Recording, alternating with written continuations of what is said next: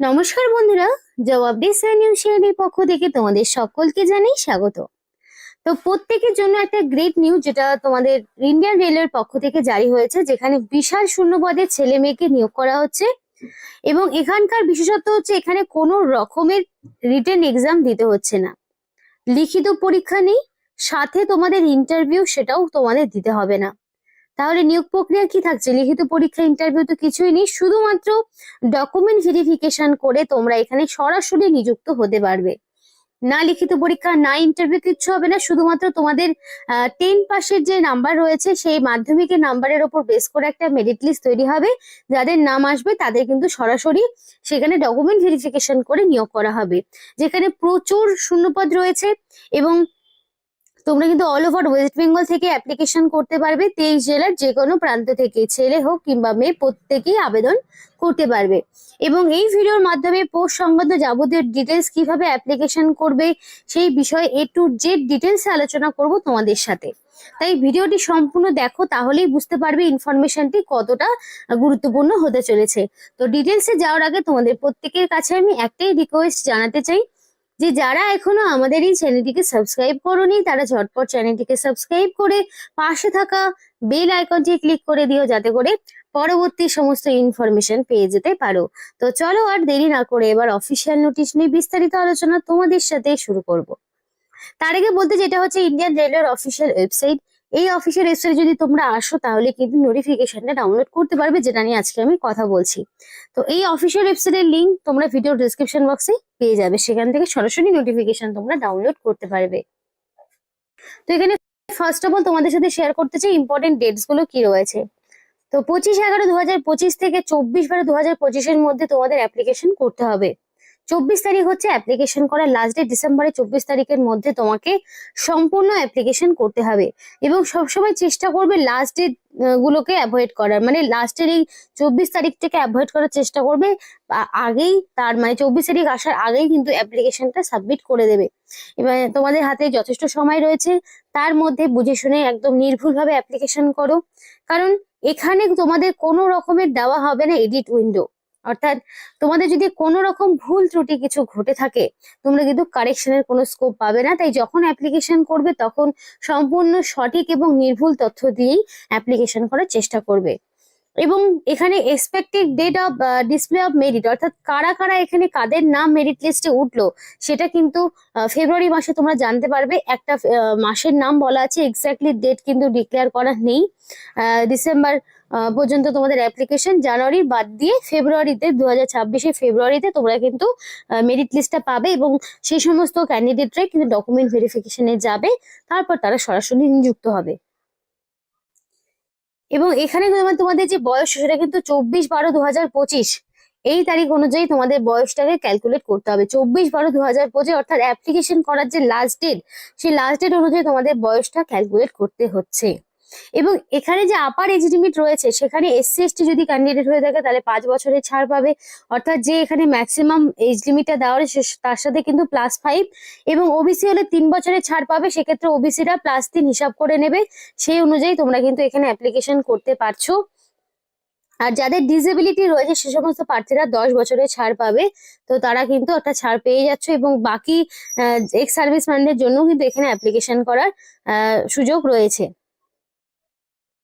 Application একটা ফিস তোমাকে দিতে হচ্ছে তোমাদেরকে, সেটা হচ্ছে নন রিফান্ডেবল, অর্থাৎ অ্যাপ্লিকেশন ফিসটা কিন্তু ফেরত পাবে না। অ্যাপ্লিকেশন ফিসটা রয়েছে 100 টাকা।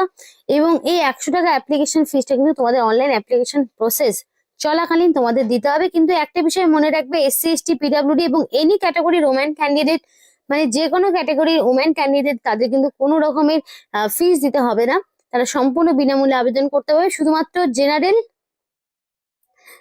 এবং OBC যারা মেল প্রার্থী রয়েছে তারাই কিন্তু এখানে অ্যাপ্লিকেশন ফিস 100 টাকা দেবে, বাকি কিন্তু কাদেরকেও পয়সা দিতে হবে না। এবং সম্পূর্ণ অনলাইন তোমাদের এখানে যে অপশন গুলো রয়েছে, দেখো ক্যাশ, চেক, মানি অর্ডার যা যা রয়েছে, মানে এগুলাতে কিন্তু অ্যাপ্লিকেশন গ্রহণযোগ্য হবে না। অনলাইন অ্যাপ্লিকেশন যেটা প্রসেস, ট্রানজাকশন প্রসেস থাকে তার মাধ্যমে হবে। এবার দেখো মোড অফ সিলেকশন বলে দিয়েছে। তো দেখো এখানে সিলেকশন প্রসেসটা কি রয়েছে সেটা তোমাদের বলে দিই।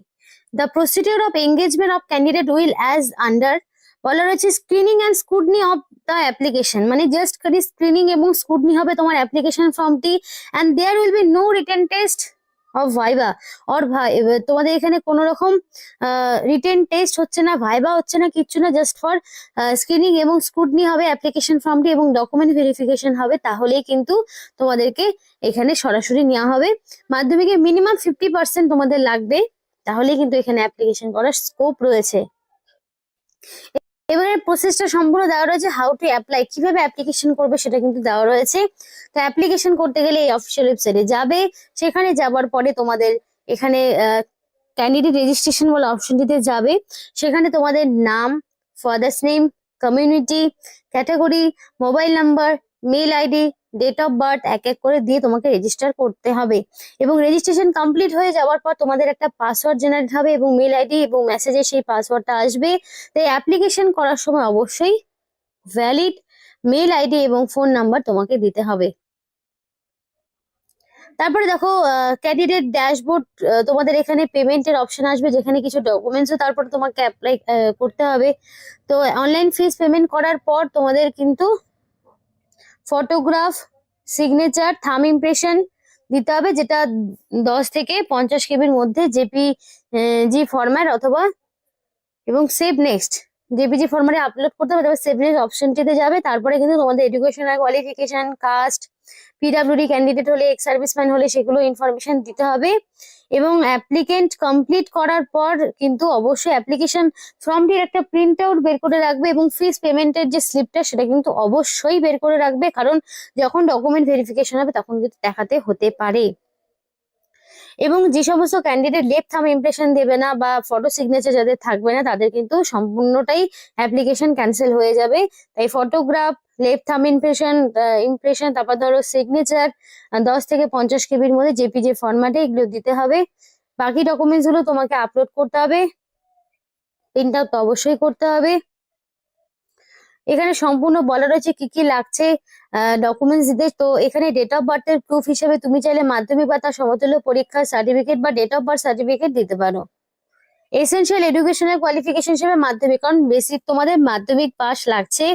এছাড়াও যাদের আইটিআই করা রয়েছে তাদের সেই আইটিআই সার্টিফিকেট এনসিভিটি বা এসসিভিটির আন্ডারে যদি করা থাকে, কাস্ট সার্টিফিকেট যদি তোমার প্রপার কাস্ট সার্টিফিকেট থাকে, SC ST OBC PWD ex serviceman যে ক্যাটাগরির মধ্যে তুমি পড়ছো সেটার সার্টিফিকেট তোমাকে অবশ্যই দিতে হবে। যদি পিডাব্লিউডি ক্যান্ডিডেট হয়ে থাকো তাহলে পিডাব্লিউডি ক্যান্ডিডেটের ইনফরমেশন তোমাকে দিতে হবে। মানে যা যা রয়েছে সেগুলো কিন্তু তোমাদের সম্পূর্ণ দিতে হবে। এখানকার যে এজ লিমিট সেটা তোমাদেরকে বলি, এখানে ম্যাক্সিমাম তোমাদের মানে মিনিমাম 15 থেকে ম্যাক্সিমাম 24-এর মধ্যে বয়স হতে হবে। 15 থেকে 24-এর মধ্যে যাদের বয়স, এবং তোমাদের কিন্তু +5 হিসাব করে নেবে যারা এসসি এসটি, এবং 3 বছর হিসাব করে নেবে যারা ওবিসি।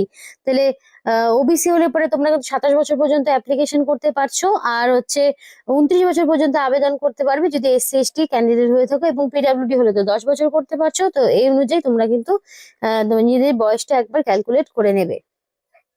এবং এখানে প্রচুর শূন্যপদ রয়েছে, বিভিন্ন ডিভিশন ওয়াইজ শূন্যপদ রয়েছে। UR, SC ST, OBC, PWD candidate সমস্ত ক্যান্ডিডেটদের জন্য অ্যাপ্লিকেশন করার সুযোগ রয়েছে। এবং এখানে 5000-এরও বেশি শূন্যপদে কিন্তু তোমাদেরকে নিয়োগ করা হচ্ছে, 5000-এরও বেশি পদ রয়েছে। এবং এখানকার যে কোয়ালিফিকেশন আছে, এডুকেশনের কোয়ালিফিকেশনটা দেখো, 10+2 সিস্টেমে তোমাকে মিনিমাম মাধ্যমিক পাস থাকতেই হবে। মিনিমাম মাধ্যমিক পাস, যেখানে মিনিমাম 50% মার্কস তোমার লাগবে, 50% বেসিক মার্কসটুকু না থাকলে তোমার কিন্তু হবে না।